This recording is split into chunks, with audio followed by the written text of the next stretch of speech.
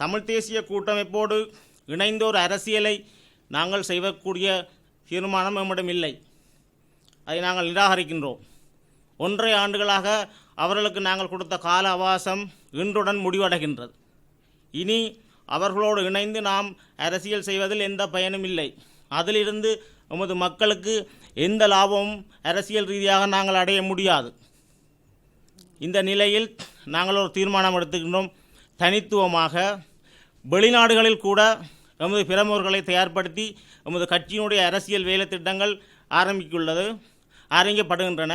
இந்தியாவிலும் அப்படியான செயல் திட்டங்கள் நடைபெற்று கொண்டிருக்கின்றது.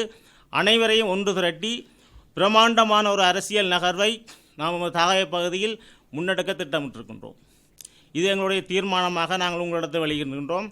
அத்தோடு இந்த தமிழ் தேசிய கூட்டமைப்பால் இப்போது சொல்லப்படுகின்ற இந்த அரசியல் தீர்வு திட்டம், இந்த அரசியல் தீர்வு திட்டம் என்றது நிச்சயமாக அது தீர்வு திட்டத்தை நாங்கள் வரவேற்கின்றோம். அதுக்கு நாங்கள் ஒத்துழைப்பு வழங்குகின்றோம். ஆனால் இந்த விடுதலைக்காக போராடி வீரமரணமடைந்த மாவீரர்களுடைய குடும்பங்கள், புத்திஜீவிகள், 15,000க்கும் மேற்பட்ட போராளிகள், தளபதிகள், பொறுப்பாளர்கள் இந்த மண்ணிலே வாழ்ந்து கொண்டிருக்கின்றார்கள்.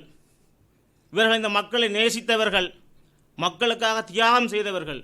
இவர்களோடு இந்த தீர்வு திட்டங்கள் சம்பந்தமாக பேச்சுவார்த்தை நடத்தி அவர்களுடைய ஆலோசனைகளும் பெற்றுத்தான் இந்த தீர்வு திட்டத்தை தமிழ் தேசிய கூட்டமைப்பு முன்னெடுக்க வேண்டும் என்ற செய்தியையும் நான் இந்த இடத்துல உறுதியாக கூறிக்கொள்ள விரும்புகிறேன்.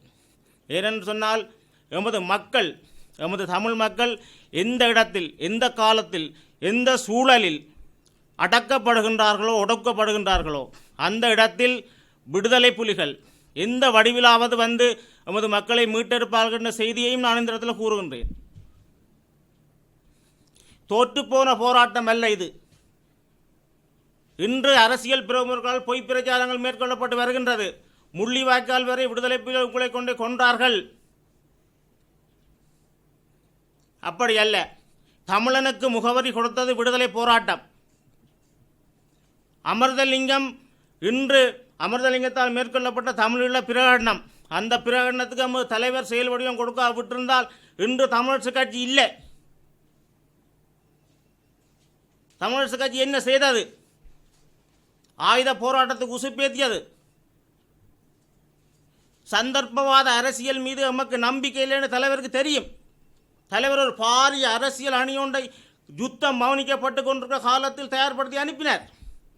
உங்களுக்கு தெரியும், அந்த அணி அழிக்கப்பட்டு விட்டது. விடுதலை புலிகளுடைய அரசியல் துறை பொறுப்பாளர் நடேசன் உட்பட ஒரு அணி ஒன்று இங்கே வந்தது. எதுக்காக வந்தது? அரசியல் வேலை திட்டத்துக்காக. அண்ணன் பிரிச்சார். வீரச்சாவு அடைகிறதுக்கு ஒரு அணி, அடுத்த கட்டம் ஜனநாயக ரீதியாக போய் செயல்படுறதுக்கு ஒரு அணி, மாற்றுத்திறனாளிகள் போராளிகளை கொண்ட ஒரு அணி. எதுக்காக அண்ணன் செய்தார்?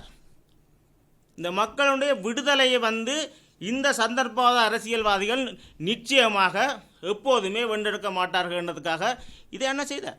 இதைத்தான் நாங்கள் செஞ்சு வந்திருக்கிறோம்.